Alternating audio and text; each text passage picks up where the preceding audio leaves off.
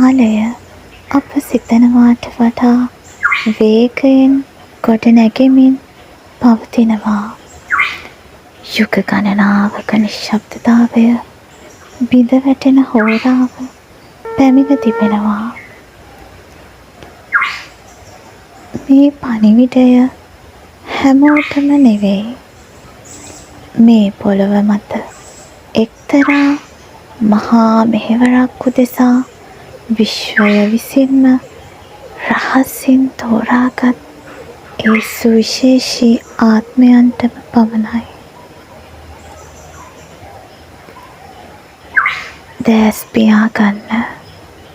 ඔබේ ආත්මය ඇතුළතින් යම් කිසි පෙරලියක් දැනෙනවාද? ළඟදීම ඒ මහා ආත්මීය ආරාධනාව ඔබේ ආත්මය වෙතටම ළඟා වේවි.